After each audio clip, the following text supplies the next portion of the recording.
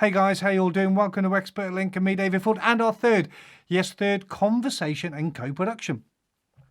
This is the third conversation that we've had, or vlog off the back of a third conversation that we had, and we have 7 or 8 lined up. So make sure right now, hit the connect button so that you connect and you get to hear about the next conversations we're going to have in the future, because they've been absolutely blooming awesome.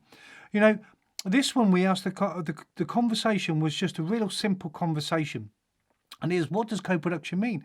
And actually, when you think about that, co-production means so many things to so many different people. The truth around co-production is different everywhere you go. And I know I've been doing co-production for 10 years, but when we've got a group of 10 people, a group of not 10 people, a lot of people in a room, and we had that conversation about what does co-production mean, we got some real gems and some wisdom.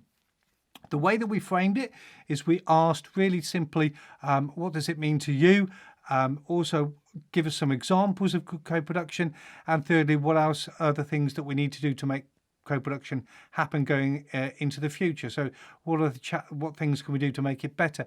So that's how we framed it. What we also did in the conversation, we at Expert Link shared our 3 principles on co-production.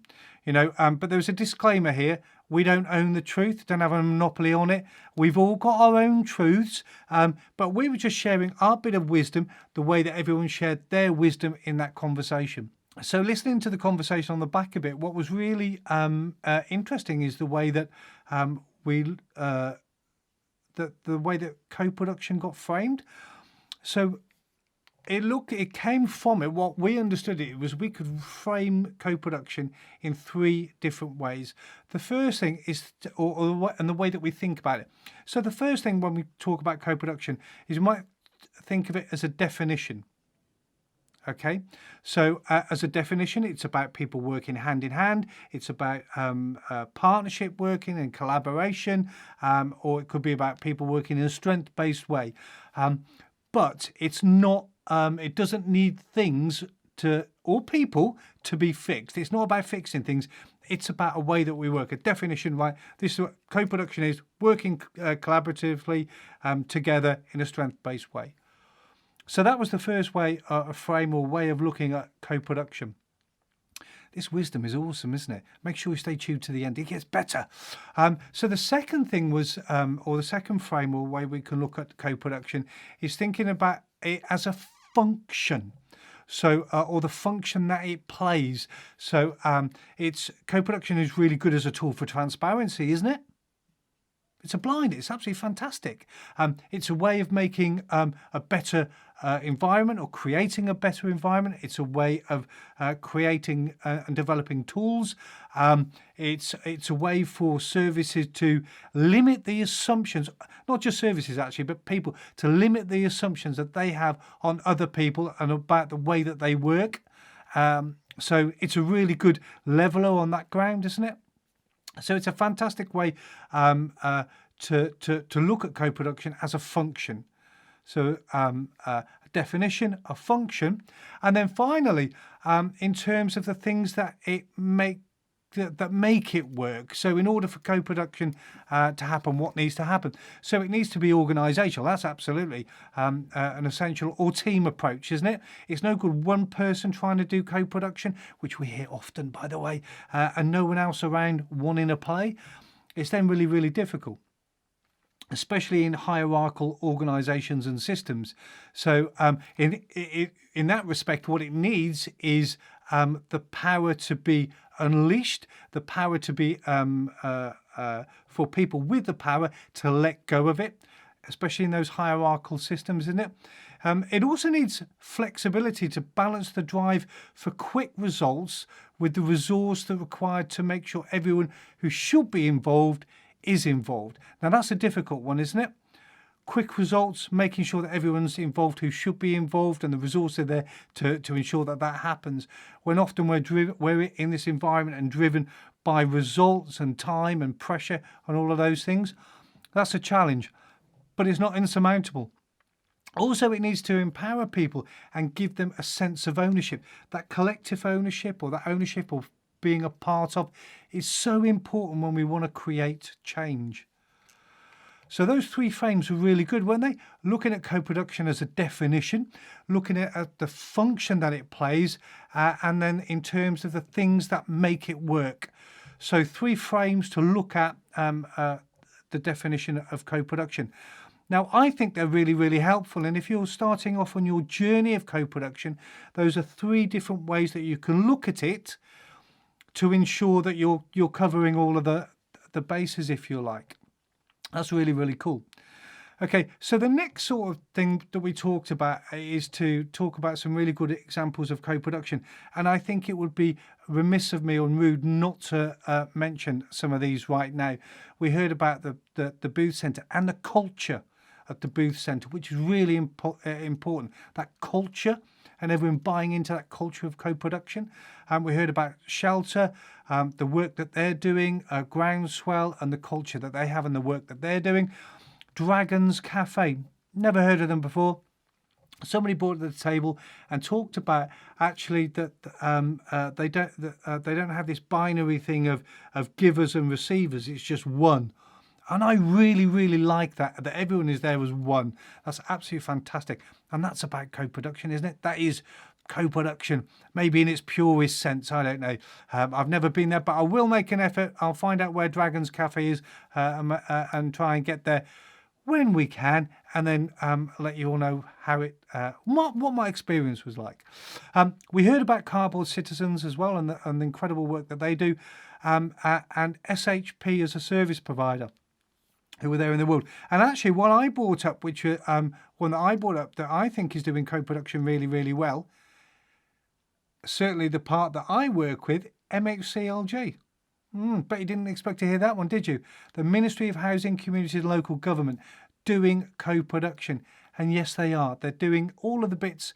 All of the bits are important for co-production to function, and they're doing it. In my view, pretty good. Actually, they're doing well. Bet you weren't expecting that one, weren't you? But actually, a bit later on, I'll talk about our principles of co-production, and you'll see maybe where we'll fit them. Maybe we'll use them as an example as to how they fit in with the principles, just to prove to you. Okay, so one of the things that we went on to talk about then is how do we improve co-production, and the conversations were things about whole team approach, cultures, asset-based. Somebody's using the examples of using resident reps and making sure that people are involved and advocates. The truth, allowing the truth to come out. That honesty bit came out. One of our absolute key values, but that truth being heard and being allowed to be heard is important, absolutely. Transparency. And again, that giver and receiver thing, which I thought was absolutely awesome. There's no binary thing distinction between givers and receivers. It's just everybody there. Oh, man, what a world. Awesome. Okay. So we then went on to, this is our principles of co-production, or Expert Lynn's principles of co-production. And what I will say is we shared these with the group. The group absolutely received them positively. And what we have from the questions from that is what we will say is we are going to produce, I will do a short webinar just on these principles and how they fit in with everything else that we talked about, just to help us with our co-production. And you know, as a bit of a lead into this, and I'll mention the MHCLG. As you know, we do some bits and pieces with them, more than a few bits, but working with them, we were talking about co-production, and they were very apologetic around their lack of co-production. And I went, whoa, hang on a second. Think about everything that you're doing. We were talking about getting the right people in the room for them, and they've done everything they can to persuade other parts of the system to join them at their table. Now, if other parts of the system don't want to join them, whose fault is that? That's not theirs. They've done everything they possibly can to invite them there. They've got guys out on the road working with local authorities to help local authorities design services and get funding for them from central government. They've got a panel of experts, the Rough Sleepers Advisory Panel. They have lived experience in there as well, which is absolutely crucial. They work as a team. They do co-production, and they've sent people from the ministry, from the team that I work with, onto our training. They're doing co-production as best that they possibly can. And when we look at co-production, and when I hear from people like they're saying we're not doing co-production, and actually when we apply our principles, they are. And also when people are out there thinking about co-production and going, I can't do co-production, it's too much for me. It's like, whoa, there's all this to do and that to do. And that. Those are 3 simple principles. So here you go. Very, very quickly. Principle 1, no one owns the monopoly on the truth. No one owns the truth. The wisdom and the power should reside within the collective. So it's within that group where the wisdom and the power to create is sat there and not with one person. Quite a big one because it means giving up power. The second was that all stakeholders afforded every opportunity to sit at the table equitably. What that means is that we make every effort to get people there and we do what we have to do. We write letters if we've got to pay for bus passes, if we've got to make telephone calls to make sure that people aren't missing important other meetings, we're supporting them so that they can be there. And if it means putting on a bit of pizza and a cup of tea, then we can do that too. So it's about we do everything we possibly can to afford people the opportunity. It's up to them whether they take it. It's not your responsibility. Your responsibility to do everything you can to ensure that they've got the opportunity. The third principle is that we focus on the group purpose using a strength-based approach, which means we have to get past all of those labels. Oh, yes, we do. We have to get past the stigma and start looking at the skills and strength that people have, whoever they are and however they've got into the room, rather than looking at stigma or labels or associating previous behaviour. Did I say bad behaviour then? I didn't mean it. Previous behaviour, but looking at the skills and strength that people have and pooling those together.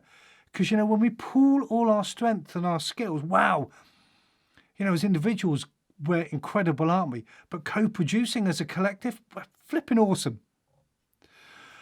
So those were our 3 principles. Previous to that, those 3 frames, weren't they, and our 3 principles? Make sure you like and subscribe into this, guys. We've got some other events coming up. Our next one is about rebalancing the power. We're talking about unleashing the wisdom on the one after that. But then we're going back to co-production in the digital world. My ask for you is that you subscribe to this channel, whatever channel you're watching this in. Like, put a comment and share it.